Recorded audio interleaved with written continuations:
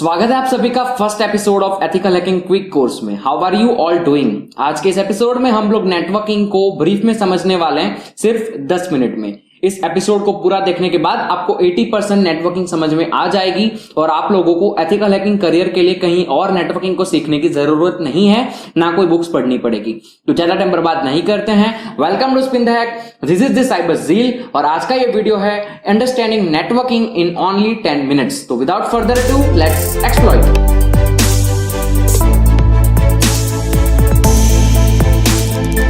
If any one of you पहली बार hacking की दुनिया में या फिर इंटरनेट पर हैकिंग को सीखने के लिए आए हैं तो आप सभी को पता होना चाहिए हाउ डू इंटरनेट वर्क्स। तो आपके अगले 10 मिनट में बर्बाद नहीं करूंगा, ये वीडियो को पूरा देखना, बीच में स्किप मत करना।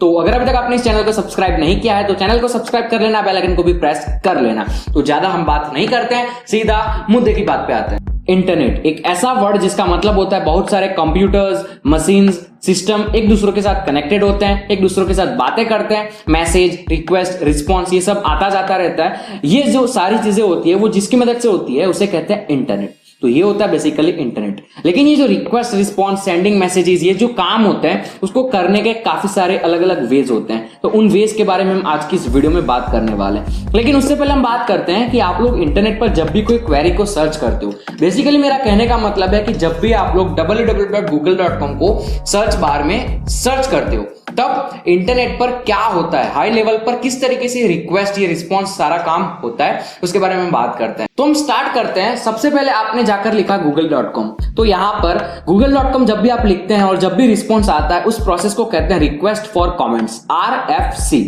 यहां पर एक HTTP प्रोटोकॉल का यूज होता है। अब ये HTTP प्रोटोकॉल क्या होता है उसको समझाने का मेरे पास एक काफी अच्छा तरीका है। मान लो एक बस है, उसके अंदर कंडक्टर होते हैं, पैसेंजर होते हैं, ड्राइवर होता है। तो हमारा जो बस का ड्राइवर है वो है हमारी रिक्वेस्ट, बस का जो पैसेंजर है वो है www.google.com जो कि आपने सर्च किया है, और जो कंडक्टर है वो है HTTP प्रोटोकॉल।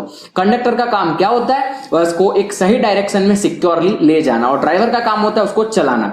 तो HTTP प्रोटोकॉल भी हमारे रिक्वेस्ट के टाइम पर यही काम करता है, उस रिक्वेस्ट को सेफली ले जाता है उसके जगह पर। तो अब बात करते हैं ये सारा काम होता कैसे। सबसे पहले आपका ब्राउज़र www.google.com URL से डोमेन को पकड़ता है, यानी कि गूगल को पकड़ता है। उसके बाद आपका कंप्यूटर एक DNS रिक्वेस्ट सेंड करता है आपके DNS सर्वर को, जिसके बाद वो DNS सर्वर डोमेन नेम को रिजॉल्व करता है आपके IP एड्रेस के साथ। फॉर एग्जांपल आपका जो www.google.com आपने टाइप किया होगा वो रिजॉल्व होगा और उसके बाद वो कुछ इस तरीके का दिखेगा। अब क्या होगा, आपका जो कंप्यूटर है वो एक TCP कनेक्शन सेटअप करेगा विथ योर IP एड्रेस और पोर्ट नंबर 80 पर ये कनेक्शन सेटअप होगा। अब ये पोर्ट और ये TCP कनेक्शन कहां पर यूज होता है, तो जब भी हमारी रिक्वेस्ट सर्वर पर जाती है और सर्वर से जब भी रिस्पॉन्स आता है तो वो आपके कंप्यूटर के अंदर इसी पोर्ट के थ्रू एंटर करता है। तो इस जगह पर इस चीज का यूज किया जाता है। अगर ये सब गोलमाल सक्सेस होता है तब जाकर आपका ब्राउज़र एक HTTP रिक्वेस्ट सेंड करता है जो कुछ इस तरीके की दिखती है। अब गूगल का सर्वर कुछ इस तरीके से रिक्वेस्ट को एक्सेप्ट कर लेगा और उसके बाद जो रिस्पॉन्स सेंड करेगा वो कुछ इस तरीके का दिखेगा। इस रिस्पॉन्स के अंदर आप लोग देख सकते हैं HTML का कोड है, CSS हो सकता है, जावास्क्रिप्ट हो सकता है, जो भी कुछ होगा वो आपका ब्राउज़र रेंडर करेगा। एक प्रोसेस होगा कंप्लीट, वो प्रोसेस कंप्लीट होने के बाद आपको स्क्रीन के ऊपर www.google.com का वेब पेज शो करता है। तो ये सारा काम होता है जब आप google.com को सर्च करते हैं या फिर कोई भी क्वेरी को सर्च करते हैं। ये सारा काम चुटकियों में इंटरनेट कर लेता है। नाउ व्हाटएवर जो भी हम लोगों ने देखा, रिक्वेस्ट, रिस्पॉन्स, सेंडिंग मैसेजेस, ये जो भी पूरा प्रोसेस देखा, इस प्रोसेस को भी करने के अलग अलग वेज होते हैं। वो क्या वे होते हैं वो हम अगली 3 मिनट में समझ लेते हैं। तो ये जो रिक्वेस्ट सेंड होती है वो रिक्वेस्ट को सेंड करने के काफी सारे मेथड्स होते हैं। For example get, head, post, put, delete, options, connect, ये सारे जो मेथड्स हैं वो मेथड्स हम एक के बाद एक जल्दी से देख लेते हैं। सबसे पहले बात करते हैं गेट मेथड की। गेट मेथड में क्या होता है, तो जब भी URI यानी कि uniform request identifier, don't confuse with URI and URL।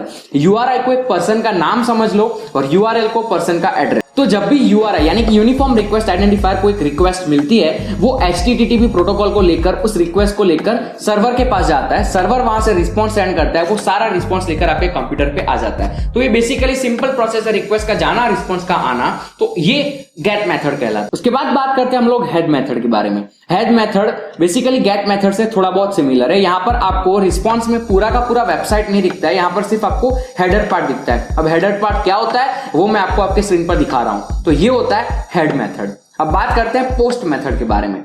Post method ज्यादा समझने जैसा नहीं है क्योंकि हम सब इसके बारे में फेमिलियर है। जब भी हम कोई फॉर्म फिलअप करते हैं, लॉगिन फॉर्म होगा या कोई भी होगा, वहां पर हम जब भी कोई यूजर नेम जैसे पैरामीटर को यूज करते हैं, उस पैरामीटर को यूज करने के बाद जब भी हम सबमिट बटन पर क्लिक करते हैं, उस टाइम पर जो रिक्वेस्ट सर्वर पर जाती है वो रिक्वेस्ट को पोस्ट मेथड के थ्रू लेकर जाया जाता है। उसके बाद बात करते हैं पुट मेथड के बारे में। तो जब भी हम लोग व्हाट्सएप पर या फिर कहीं पर भी हमारे प्रोफाइल पिक्चर को अपडेट करते हैं, स्टेटस को अपडेट करते हैं, यूजर नेम को अपडेट करते हैं, तो ये जो अपडेट करने का प्रोसेस है, उस रिक्वेस्ट को जब भी सर्वर पर लेकर जाया जाता है तो उसको पुट मेथड के थ्रू लेकर जाया जाता है। उसके बाद हम बात करते हैं डिलीट मेथड के बारे में। तो यहां पर भी बेसिकली पुट मेथड जैसा ही है, लेकिन यहां पर वो जो रिक्वेस्ट है उसको डिलीट के फॉर्म में लेकर जाया जाता है। मेरा कहने का मतलब है जब भी हम लोग व्हाट्सएप पर रिमूव प्रोफाइल पिक्चर पर क्लिक करते हैं तो वो जो प्रोफाइल पिक्चर को रिमूव करने की रिक्वेस्ट है वो व्हाट्सएप के सर्वर पर जाती है, तो उस टाइम पर डिलीट मेथड का यूज कर उस रिक्वेस्ट को लेकर जाया जाता है। आई होप आपको समझ में आ रहा होगा। उसके बाद एक मेथड और है जिसका नाम है ट्रेस। ट्रेस मेथड ज्यादा हमारे लिए यूजफुल नहीं है क्योंकि वो लोग नेटवर्क डायग्नोस्टिक जो करते हैं उनके लिए काफी मददगार हो सकती है, क्योंकि यहां पर ट्रेस मेथड में जब भी कोई रिक्वेस्ट सर्वर पर जाती है, उस सर्वर से रिस्पॉन्स लौट कर आता है, तो वो रिस्पॉन्स के अंदर सारी इंफॉर्मेशन होती है कि वो रिक्वेस्ट कहां गई, कहां से आई। तो बेसिकली रिक्वेस्ट का पाथ जो होता है वो पाथ रिस्पॉन्स में आता है। आई होप थोड़ा कंफ्यूजिंग नहीं होगा आपके लिए, लेकिन हाँ बेसिकली हमारे लिए जरूरी नहीं है, बस आप जान लो इसके बारे में। उसके बाद आता है कनेक्ट मेथड। कनेक्ट मेथड क्या होता है? तो जब भी हम कोई प्रॉक्सी को यूज करते हैं हमारे सर्वर के अंदर, हमारे सिस्टम के अंदर, तो उस टाइम पर प्रॉक्सी को यूज होने के बाद जो भी रिक्वेस्ट का आना जाना रहता है उसे कहते हैं कनेक्ट मेथड। उसके बाद ऑप्शंस मेथड आती है, इसको ना पढ़े तो अच्छा रहेगा क्योंकि हमारे लिए ये ज्यादा यूजफुल नहीं है। तो बेसिकली ये होता है नेटवर्किंग। आपको इससे ज्यादा कुछ और पढ़ने की जरूरत नहीं है अगर आप लोग एथिकल हैकिंग सीखना चाहते हो। ये बेसिकली इनफ इन्फॉर्मेशन है आपके लिए। तो मिलता हूं आपको अगली वीडियो में, तब तक के लिए जय हिंद, वंदे मातरम, स्टे सिक्योर।